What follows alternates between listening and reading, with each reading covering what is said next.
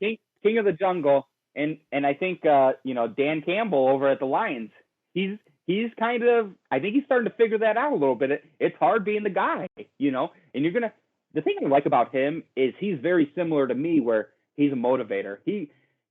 I mean, I'm sure he's much more than that, but at the surface, it's like, let's grind it out, let's win, at any means possible, any way. And I heard that he was talking about potentially having a pet lion at practice, that craziness. Huh. He was saying that he will sacrifice his arm to a lion, just have that whole thing just gnawed off by a lion to win a Super Bowl. I mean, these are things like, this is like the total opposite of the Broncos situation. This is a guy that, hey, I'm gonna go to fucking war, Absolutely.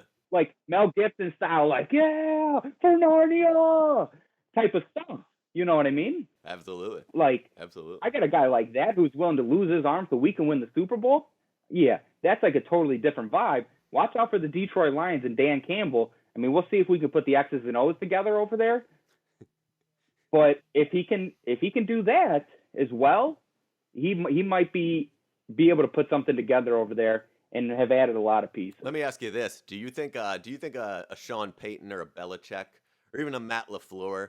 Do you think those guys are spending their offseason thinking about which wildlife animal they want to bring into their practice facility? Do you think that's a trend with the top tier coaches, or is that?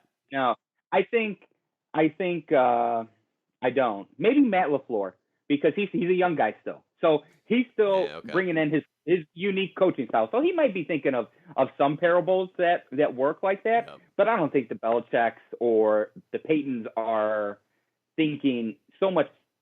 Maybe Belichick, actually, now that I think about it, an obscure animal. Like, yeah, this year, like, we need to be more like water buffalo. And it's like, why water buffalo? And it's like, because they're in water and buffalo. So I don't know. Yeah, like I mean, maybe that wouldn't be the best example, because you got the Buffalo Bills right there. But maybe he's like savage like that, and he's like, yeah, we're water buffalo. We're going to be what you are, but we're going to do it better. that's what it is. That would be That what could be Bill would it. do.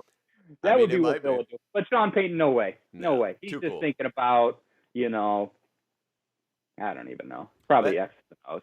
Hey, if you're the Lions, look, your head coach is trying to moonlight as a Steve Irwin type character, R.I.P. of course, and that's I don't know that that's a great sign for a football team, but it's it's the Lions, so this is kind of what I expect from them.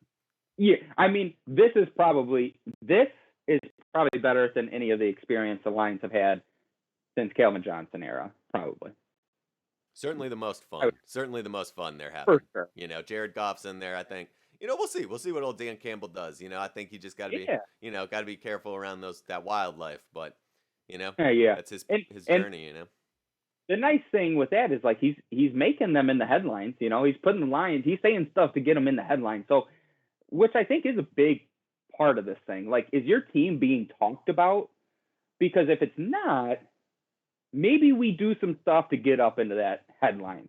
Because I think for your team, like, the more, I mean, these aren't football teams we're talking about. These are media companies. Oh, for sure. Essentially. For sure. But you got to do it right. But yeah, if you can get your team into the headlines the more often, the better.